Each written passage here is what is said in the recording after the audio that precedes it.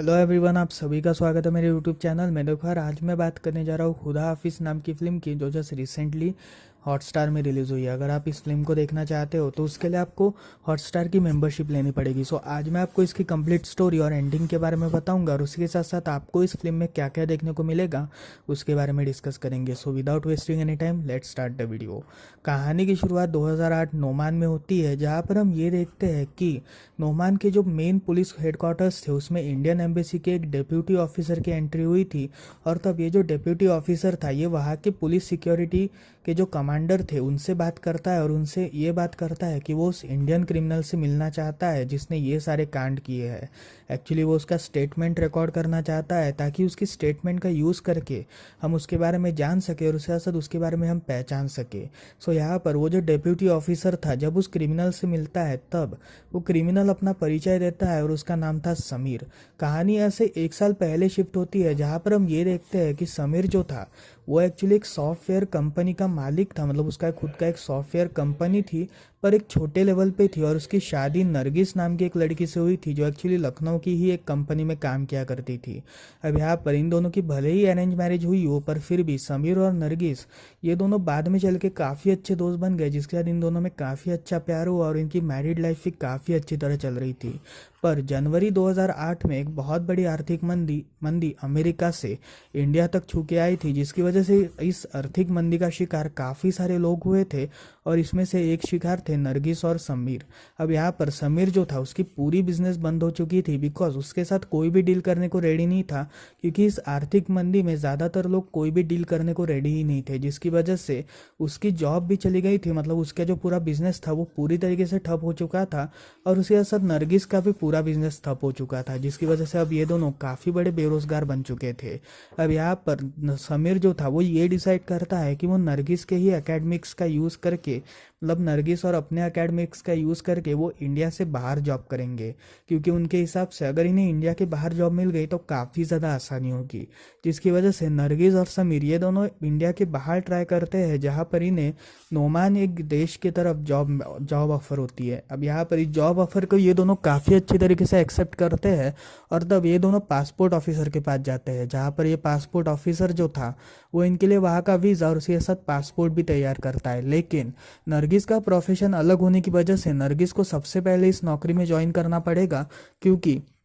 अगर उसने ऐसा नहीं किया तो शायद से उसे और 2-3 महीने रुकने पड़ेंगे। और जो समीर का प्रोफेशन था उसकी वजह से उसे 5-6 दिन बाद ज्वाइन करना था, जिसकी वजह से इन दोनों को अलग अलग जाना पड़ेगा, और सबसे पहले नरगिस को जाना पड़ेगा। जिसकी वजह से समीर जो था वो काफ़ी ज़्यादा परेशान होता है, और तब वो नरगिस से ये पूछता है कि आखिर तुम अकेले इस देश में करोगे क्या? अगर मैं तुम्हारे साथ रहूँगा तो शायद से मैं तुम्हारी हेल्प कर सकूँ, और शायद से हम दोनों काफ़ी अच्छी तरीके से रह सके, वरना अगर तुम अकेली चली जाओगी तो तुम्हारी रक्षा कौन करेगा? जहाँ पर नरगिस का ये कहना था कि जॉब तो मुझे मिल चुकी है और 5-6 दिन का ही सवाल है, जिसके बाद हम दोनों एक साथ ही होंगे। और तब नरगिस जो थी वो सबसे पहले नोमान के लिए निकल जाती है, जहाँ पर नोमान के लिए निकलने के बाद जब नरगिस वहाँ पे पहुँचती है, तब 2 दिन बाद समीर को नरगिस से कॉल आता है। अब यहाँ पर समीर जब नरगिस का कॉल उठाता है, तब नरगिस काफ़ी ज़्यादा चिल्ला रही थी, और उसे साथ ऐसा लग रहा था कि शायद से नरगिस के ऊपर बहुत सारे अत्याचार किए जा रहे हैं।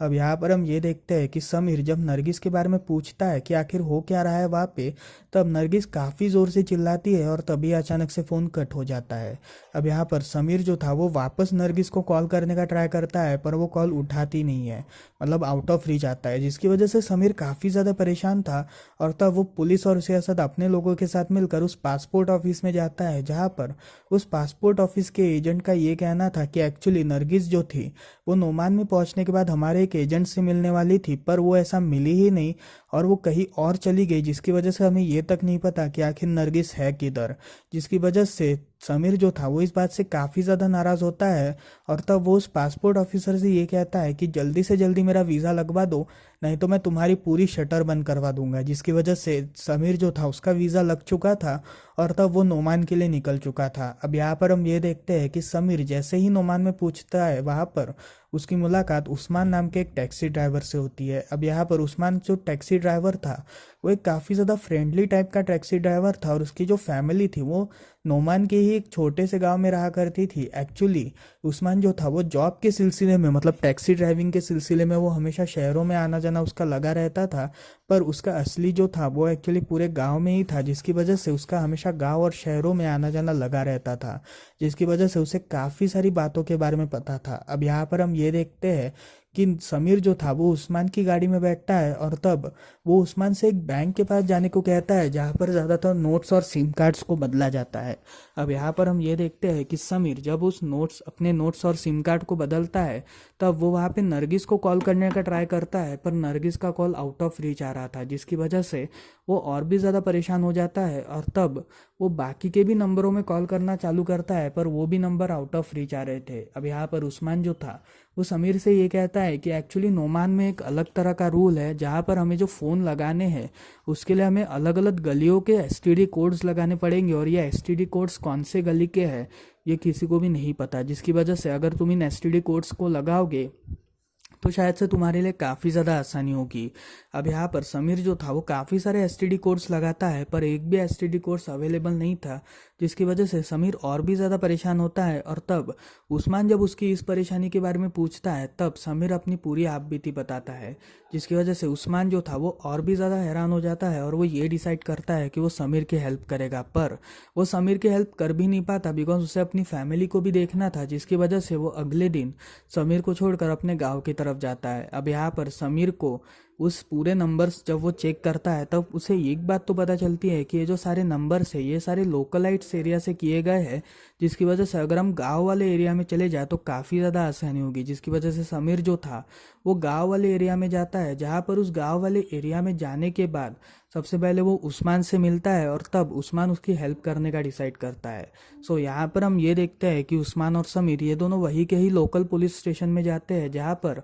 उस पुलिस स्टेशन में जाने के बाद जो पुलिस ऑफिसर था वो समीर से ये कहता है कि तुम्हें सबसे पहले यहाँ के, मतलब जो इंडियन एम्बेसी के डेप्यूटी ऑफिसर है उनसे अप्रूवल लेना पड़ेगा, तभी जाके हम इस केस को हैंडल कर सकते हैं, वरना हम इस केस को हैंडल नहीं कर पाएंगे। जिसकी वजह से समीर जो था वो यही के ही इंडिया के डेप्यूटी ऑफिसर से मिलने का ट्राई करता है, पर उनकी जो रिसेप्शनिस्ट थी, मतलब एम्बेसी ऑफिस की जो रिसेप्शनिस्ट थी, उनका ये कहना था कि अभी ऑफिसर बिजी है, जिसकी वजह से वो तुम्हें मिल नहीं पाएंगे। जहाँ पर समीर ये कहता है कि मुझे अपनी वाइफ को ढूंढना है, जिसकी वजह से मैं जल्दी से जल्दी यहाँ के डेप्यूटी ऑफिसर से मिलना चाहता हूँ, और आप पर्सनली प्लीज़ उन्हें मेल कर दीजिए। जहाँ पर जो जो रिसेप्शनिस्ट थी वो इस बात को एग्री करती है और उन्हें पर्सनली मेल करती है। अब यहाँ पर हम ये देखते हैं कि समीर जो था वो उस्मान के साथ मिलता है, और तब उस्मान का एक दोस्त था जो एक्चुअली एक तरह का खबरी था, और उस उस्मान के दोस्त का यूज़ करके इनको ये बात तो पता चलती है कि एक्चुअली जिस कंपनी में नरगिस की जॉब लगी थी वो कंपनी ही नहीं थी, बल्कि वो एक फेक कंपनी थी, और वो कोई कंपनी नहीं बल्कि एक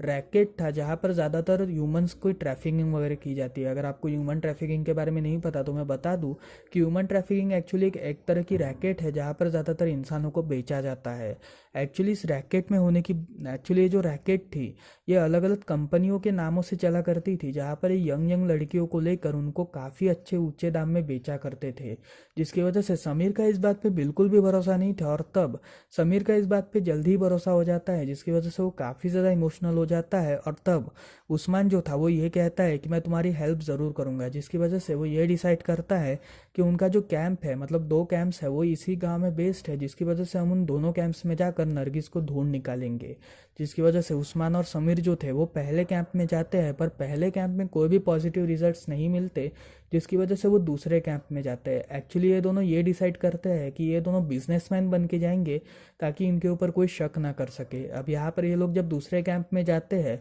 तो वहाँ पे समीर लड़कियों की इमेजेस देखता है, जहाँ पर इन इमेजेस में उसे नरगिस की इमेज दिखती है, जहाँ पर वो नरगिस को बुलाने की जिद करता है, और तब नरगिस जो थी वो समीर के सामने थी, जहाँ पर समीर नरगिस को देख के काफ़ी ज़्यादा हैरान होता है, और तब वो उसे गले लगा लेता है। जिसके बाद समीर जो था वो नरगिस से ये कहता है कि मैं तुम्हें यहाँ से जल्द ही लेकर चला जाऊँगा। जिसके बाद इस बातों को, मतलब इस पूरे कन्वर्सेशन को वहाँ का जो हेड था वो सुन लेता है, और तब वो अपने आदमियों को बुलाता है ताकि वो समीर को बाहर निकाल सके और उसी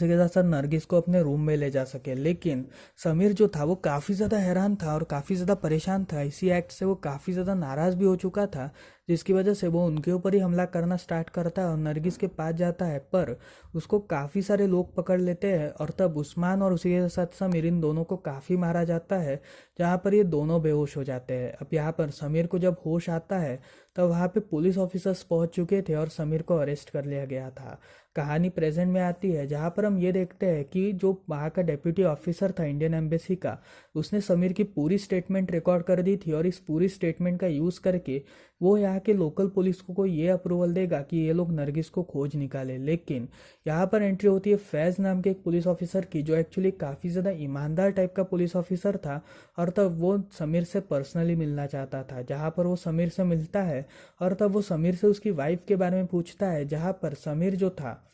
वो अपने कुछ बातें बताता है और कहता है कि अगर आप चाहते हो तो आप उस्मान वगैरह से भी जान सकते हो, उस्मान मुझे अच्छी तरह पहचानता है। यहाँ पर फैज़ का ये कहना था कि एक्चुअली उस्मान बेहोश हो चुका है, जिसकी वजह से वो उससे कुछ भी हम निकलवा नहीं सकते, जिसकी वजह से हमारे लिए प्राइम सस्पेक्ट तुम ही हो। और तब समीर को तब समीर को एक ट्रक में भरा जाता है। अब यहाँ पर ये जो ट्रक थी ये डेजर्ट के इलाके में जाती है, जहाँ पर बीच रास्ते में ही इस ट्रक को रुकवाया जाता है और सारे क्रिमिनल्स को बाहर निकलवाया जाता है, जिसमें समीर भी शामिल था। और तब इन इन लोगों ने नमाज अदा करी थी, जहाँ पर नमाज अदा करने के बाद ये सभी लोगों को वापस ट्रक में भरा गया था, लेकिन समीर को छोड़ के। जहाँ पर फैज़ जो था उसका ये कहना था कि मैं तुम्हारी कहानी में ज़रूर विश्वास करता हूँ और मुझे अप्रूवल भी मिल चुका है, जिसकी वजह से हम सभी लोग मिलकर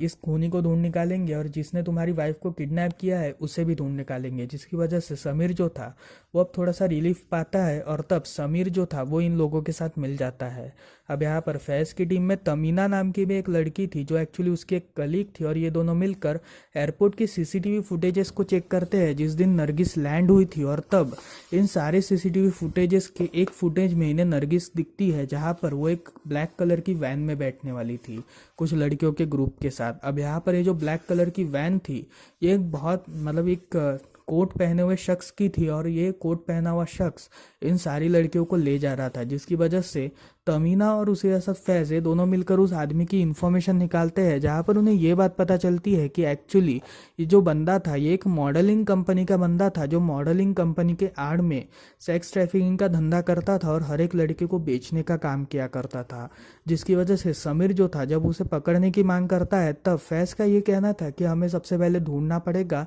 कि आखिर ये लोकेशन कहाँ पे मिलती है। अब यहाँ पर हम ये देखते हैं कि जिस कैंप में समीर ने हमला किया था उस कैंप में मेन बॉस का फ़ोन आता है और वो कहता है कि उस लड़की को मार दो, बिकॉज वो लड़की काफ़ी सारी मेस क्रिएट करेगी। जिसकी वजह से ये जो लोग थे जो उस कैंप के लोग थे उन्होंने नरगिस की हत्या कर दी थी और तब नरगिस की बॉडी को पूरी तरीके से जला दिया था और उसकी जो इनपुट्स थी वो फैज़ को सौंप दी थी। जिसकी वजह से फैज़ और तमीना और उसके साथ समीर ये तीनों लोग जब वहाँ पे पहुँचते हैं तब उस लाश को कोई पहचान ही नहीं पाता, बिकॉज वो लाश पूरी तरीके से जल गई थी। और तब समीर का इस बात पे बिल्कुल भी भरोसा नहीं था कि उसकी वाइफ को मारा गया है। पर हम ये देखते हैं कि समीर ने जो मंगलसूत्र जो एक्चुअली पेंडेंट और मंगलसूत्र जो एक्चुअली उसने नरगिस के गले में बांधा था वो मंगलसूत्र उससे निकलता है, जो वो मंगलसूत्र पूरी तरीके से जली हुई हालत में था और वो नरगिस का था। जिसकी वजह से समीर को इस बात पे बिलीव हो जाता है कि नरगिस मारी गई है। और तब नरगिस की मौत की वजह से समीर काफ़ी ज़्यादा हैरान होता है और काफ़ी ज़्यादा दुखी भी होता है। और जब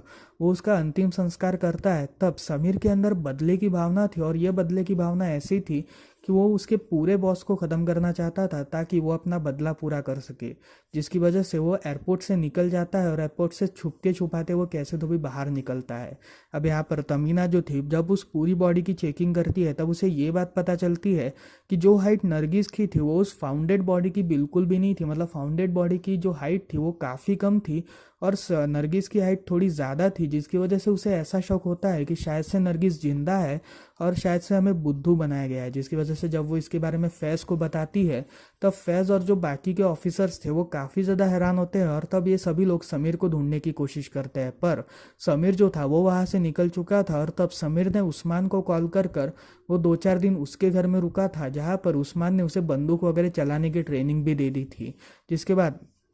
उस्मान के दोस्त लोगों ने उस मेन बॉस के लोकेशन को ढूंढ लिया था, जो एक्चुअली मॉडर्निंग बिजनेस का काम किया करता था। उस आदमी की लोकेशन को ढूंढने का काम किया था, जहां पर समीर को उसकी लोकेशन के बारे में पता चल चुका था। और तब समीर जो था उसने इस लोकेशन का यूज़ करके एक फेक ईमेल बनाया, जहां पर उसने एक लड़की मतलब एक लड़की के रूप में उसने एक ईमेल भेजा, और इस ईमेल में उसने ये लिखा था कि वो जॉर्डन से आई है और वो आपकी कंपनी में काम करना चाहती है। जिसकी वजह से उसने जब ये मेल भेजा, तब इस मेल का रिप्लाई उस बंदे ने मतलब उस बिजनेसमैन ने काफ़ी जल्दी दे दिया, और उसका जवाब था हाँ। अब यहाँ पर एक डेट फिक्स की गई जहाँ पर उस बिजनेसमैन से उसे मिलना था, जिसकी वजह से समीर ने ये डिसाइड किया था कि वो उस अपना रूप बदल कर होटल से निकलेगा, और अपने रूप को बदल कर वो उसी टैक्सी में बैठकर उस बिजनेसमैन के पास जाएगा, जहाँ पर उस बिजनेसमैन के पास जाते ही वो उसे मारना स्टार्ट करेगा, और उसे असद उसके सारे राज उगलवाना स्टार्ट करेगा। जिसकी वजह से वो जैसा प्लान करता है वैसा ही सब कुछ होता है। और तब वो जो टैक्सी ड्राइवर था, जो टैक्सी ड्राइवर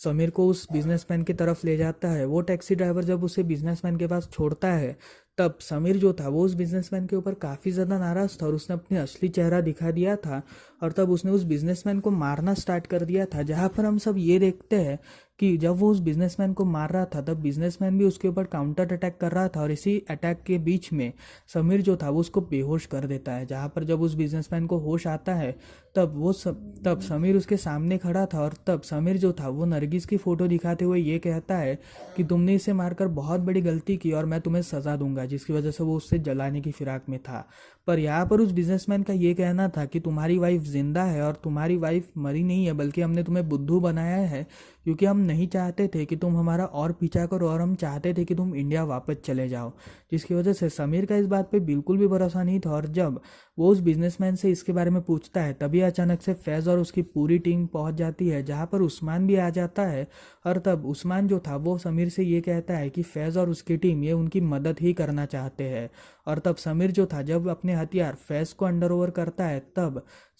फैज़ जो था वो उस बिजनेसमैन को छोड़ देता है। और तब बिजनेसमैन ये कहता है कि मुझे तुम्हारा शुक्रिया अदा करना चाहिए फैज़। और तभी अचानक से जब समीर फैज़ की तरफ देखता है, तब फैज़ जो था वो समीर को शूट करने की फिराक में था, जिससे हमें ये बात पता चलती है कि फैज़ जो था वो स्टार्टिंग से ही ह्यूमन ट्रैफिकिंग वाले धंधे से मिला हुआ था, जिसकी वजह से वो इन सभी को गुमराह करने की कोशिश कर रहा था। अब यहाँ पर फैज़ जो था वो इन लोगों पे हमला करने का ट्राई करता है, लेकिन तब तक तमीना जो थी वो समीर को बचा लेती है, जिसमें इस बचा बची में तमीना जो थी वो गोली खा लेती है अपने हाथ में। और तब वो फैज़ को रोकने की कोशिश करती है, और जो फैज़ ने समीर की गन पकड़ी थी, उस गन को वो वापस समीर के पास सौंप देती है। और तब तमीना और फैज़ ये दोनों लड़ाई कर रहे थे, और उस्मान और समीर ये दोनों वहाँ से निकल चुके थे। जिसके बाद हम सभी ये देखते हैं कि समीर को एक ट्रक दिखती है, जहाँ पर उसे ये बात पता चलती है कि उस बिजनेसमैन ने उससे ये कहा था कि तुम्हारी वाइफ यही कही है और इसी ट्रक में मौजूद है, जिसकी वजह से हम उसे सेफली यहाँ पे रख के आए हैं।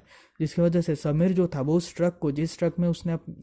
में उस बिजनेसमैन ने नरगिस को भरा था, उसी ट्रक को वो ले जाता है उस्मान की हेल्प लेके, जहाँ पर फैज़ जो था उसने तमीना को पूरी तरीके से ख़त्म कर दिया था। और तब फैज़ ने तमीना की मौत का इल्ज़ाम पूरी तरीके से समीर पे लगा दिया था, जिसकी वजह से जो पुलिस थी वो पूरी तरीके से समीर को पकड़ने आई थी। और तब फैज़ जो था वो इस पूरे ऑपरेशन के हेड से मिलने जाता है, जो एक्चुअली ह्यूमन ट्रैफिकिंग का मेन धंधा चलाया करता था, उसके हेड से मिलने जाता है, जहाँ पर वो उसके हेड से कहता है कि हमें उसे मार डालना चाहिए था, और अगर उसे हमने मार डाला होता तो शायद से काफ़ी ज़्यादा अच्छा होता, मतलब असली नरगिस को मार डालना चाहिए था, क्योंकि अगर हमने उसे मारा होता तो शायद से हमारे ऊपर काफ़ी सारी अच्छाई होती और शायद से हम बच भी जाते। लेकिन यहाँ पर अभी बचने का कोई भी चांस नहीं था, बिकॉज समीर के पास वो ट्रक थी जिस ट्रक में उसने नरगिस वगैरह को भरा हुआ था। अब यहाँ पर हम ये देखते हैं कि समीर जो था उसने जब उस ऑफिसर को, मतलब जो डेप्यूटी ऑफिसर था एम्बेसी का, उसको जब कॉल किया, तब उस डेप्यूटी ऑफिसर का ये कहना था कि समीर के ऊपर काफ़ी सारे एलिगेशंस लगे हैं, और तब समीर के ऊपर ये एलिगेशंस मिस्टर फैज़ नहीं लगा है, जिसकी वजह से नोमान की पूरी पुलिस उसकी खोज कर रही है। अब यहाँ पर हम ये देखते हैं कि फैज़ जो था जब उस ऑपरेशन के मेन हेड से मुलाकात करता है, तब वहाँ पर पुलिस का जो एक खबरी था वो फैज़ की इस पूरी हालत में फ़ोटो ले लेता है, और उस फोटो को वो उस कमांडर को भेज देता है, जो कमांडर एक्चुअली फैज़ फैज जिसके लिए काम करता था उस कमांडर के पास वो ये फ़ोटो भेज देता है। अब यहाँ पर हम ये देखते हैं कि समीर जो था वो एक बिल्डिंग के पास अपनी गाड़ी को रोकता है, जहाँ पर उसकी मुलाकात फैज और बाकी पुलिस ऑफिसर से होती है। और तब जो पुलिस ऑफिसर्स थे उन्होंने समीर को पकड़ लिया था, जहाँ पर फैज जो था जब वह समीर को मारने जाता है तभी अचानक से उसके हाथ की बंदूक छीन ली जाती है। और ये बंदूक छीनने वाला और कोई नहीं बल्कि कमांडर ही था। एक्चुअली कमांडर को फैज के बारे में पूरी बातें पता चल चुकी थी, जिसकी वजह से उस कमांडर ने फैज को मारने के ऑर्डर्स दे दिए थे। और तब जितनी भी लड़कियां इस पूरे ह्यूमन ट्रैफिकिंग में थी उन सभी को छोड़ने की इजाज़त दे दी गई। और से ऐसा समीर से काफ़ी सारी इन्फॉर्मेशन भी ले ली गई, जिसकी वजह मतलब फैज से सारी इन्फॉर्मेशन ले ली गई, जिसकी वजह से फैज को अरेस्ट कर लिया गया। और उसी साथ समीर जो था जिस ट्रक को वो उस बिल्डिंग के पास ले आया था, उस ट्रक का जो मेन डोर था, मतलब जहाँ पर लड़कियों को भरा गया था, उस पूरे डोर को खोल दिया गया, जिसकी वजह से नरगिस जो थी जब बाहर निकली तब वो समीर को देख के काफ़ी ज़्यादा खुश होती है और तब वो समीर को गले लगा लेती है। अब यहाँ पर हम ये देखते हैं कि तमीना जो थी उसने अपनी जान फैज की वजह से गंवाई थी, जिसकी वजह से तमीना को गाड़ा जाता है और उसी असर फैज को फांसी की सज़ा सुनाई जाती है, जिसकी वजह से फैज की भी मौत हो चुकी थी। और तब ये दोनों खुशी खुशी अपने मतलब अपने देश की तरफ चले जाते हैं और यहीं पर ये पूरी फिल्म खत्म होती है। तो फिर यार ये थी स्टोरी पूरी खुदा हाफिज़ नाम की फिल्म की। आपको कैसे लगी मुझे कमेंट सेक्शन में ज़रूर बताएं। सो मिलते हैं अगली वीडियो में, तब तक के लिए बाय बाय।